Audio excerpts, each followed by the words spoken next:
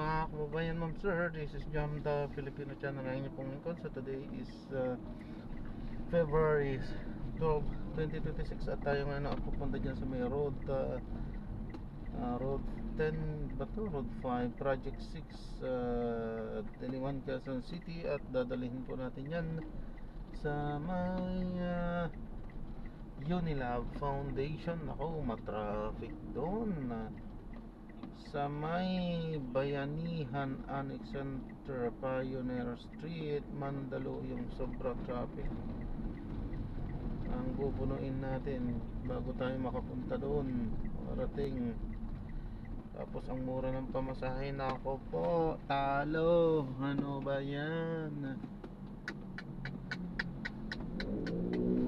Ay, Diyos ko. Okay, so wala tayong magagawa dyan. So no choice tayo. Nabato na sa atin yan. Natanggap natin yan. Ay, Diyos ko. Talo. Maraming traffic dyan ngayon eh. Bago tayo makarating dyan, abutin tayo ng mga 2 oras. Kung sisosogin talaga natin yung katrafikan dyan sa Cubao.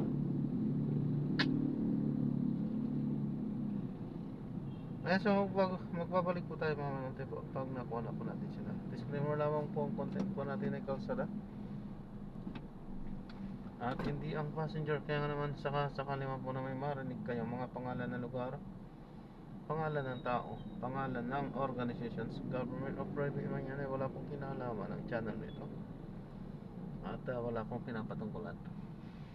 Lahat po ng pinag-uusapan dito ay pawang dito lamang po yan sa loob at wala pong pinapatungkulan sa labas. Okay po, magbabalik po tayo mamaya konti pag nakuha na po natin sila. Meron bang natwiran itong pagtataas na ito? Yung prevailing price. Oo, di ba? Kasi sinasabi nga, hindi kasi panahon ng anihan ngayon. Oo, kaya nga ang tanong natin, sige, walang locally ani, harvested na ani. Kaya lang ang problema yung imported nga. Yun ang sinabi ni Grecon, di ba? Tuntunin nyo nasan yung pinayagan yung maangkat. Kasi dapat nasa merkado siya. Dapat hindi ka nagkukulang ng supply, kaya mura. 24 to 26 pesos na lang daw ang landed cost, Weng. Yeah. Ba't ganon? Mahal-mahal pa rin po ng bigas. Meron pong nagmamanipulate. Diyos ko naman, gobyerno. Parang wala akong gobyerno sa larangan po ng pagkain.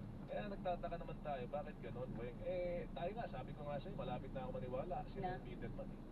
Sila yung gobyerno. Ang gobyerno ang middleman. Silang kumikita rito. Alam naman nila yung problema eh. Wala silang mahuling middleman. Wala nga. Oo, 3 taon na nila nahanap yan. Sinabi naman nila may nakakasuhan na sila sa mga profiteers W-E-H, Sabi nga. May mga kapuso. Magbibigay na tayo sa ilang mga paalala. Sa ating pagbabalik, baka makausap natin si Congressman Egay Erice. Isa siya sa mga nasabihan, Isa sa nakakita doon sa mga text messages. Gusto ko malaman, ano yung nabasa mo doon? Ano yung pangalan na nakalagay doon?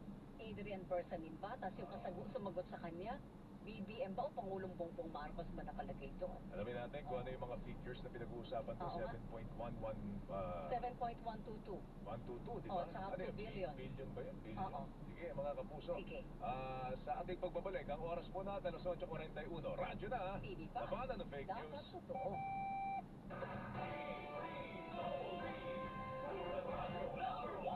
Ako po, si Karen de Santa Cruz ng Big Time Balita.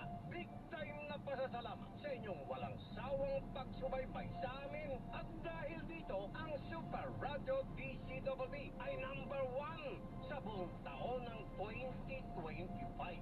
Ngayong 2026, walang pakit na Big Time Balita ang aming hatid dahil sa Super Radio DCWB. Kalaban ng fake news, dapat totoo.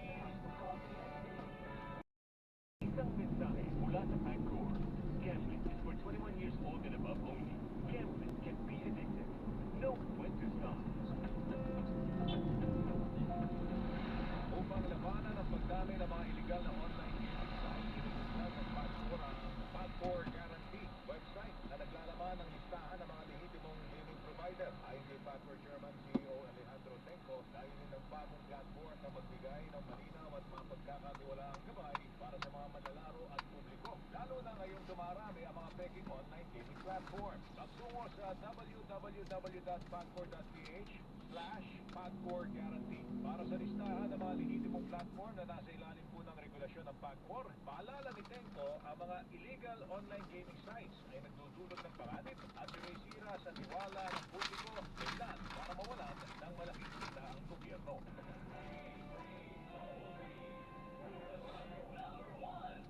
Taxi sa Double B! Alright mga kapuso, ito hinihiling when itong sina Bryce Hernandez at JT Mendoza na yung kanilang salaysay nung sila'y nag-a-apply at ang dami nilang tinuro doon. Diba? Pati lahat ng partisipasyon nila, inamin Partisipasyon nila, nila. inamin nila ay wag daw gamitin naman. Pwede bang gawin yun? Hindi ko rin alam. Ang kinakatwira naman nila, yung kanilang karapatan against Sa self-incrimination. discrimination. So, nandun naman yung karapatan na yun. Kaya lang, pwede bang gawin yun? Kasi sinong mga Para sa lisay na yun eh. Oo, yun na yun Pero eh. meron sila isang sinabi doon, Joel, na bukod doon sa paglabag sa kanilang karapatan sa rights against self-incrimination, yung sinasabi nila na pinadali silang pinapirma doon sa salaysay na yun, ang hindi nila fully nababasa pa. Kasi daw mabilisan yun ang pagsasara ng tanggapan ng NBI at the time. Saka nagmadali sila mag-sorry ng kotse. Di ba si Bryce? Yes, Sorry. yes, really. Oo. Nawali niya yung dalawang sasakyan Correct.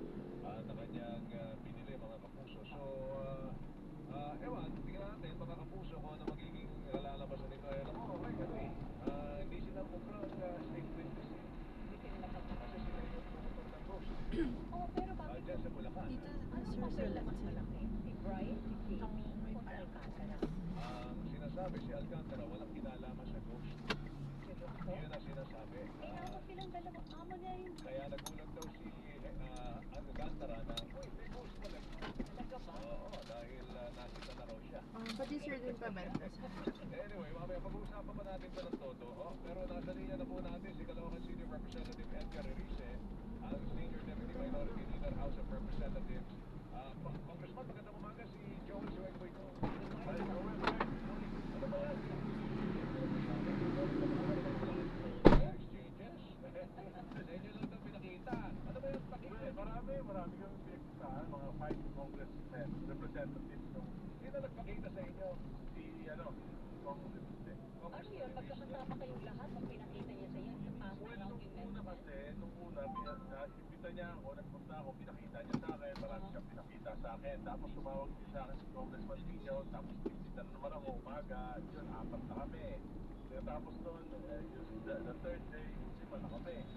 So, kasi yung i-present sana namin yon para, kasi iba na pinadali yung pag-meet sa impeachment complaint laban kay Pangulong Marcos. Ang konteksto namin, meron namang substance, kaya dapat mag-meet para mag-present sa mga ebidensya.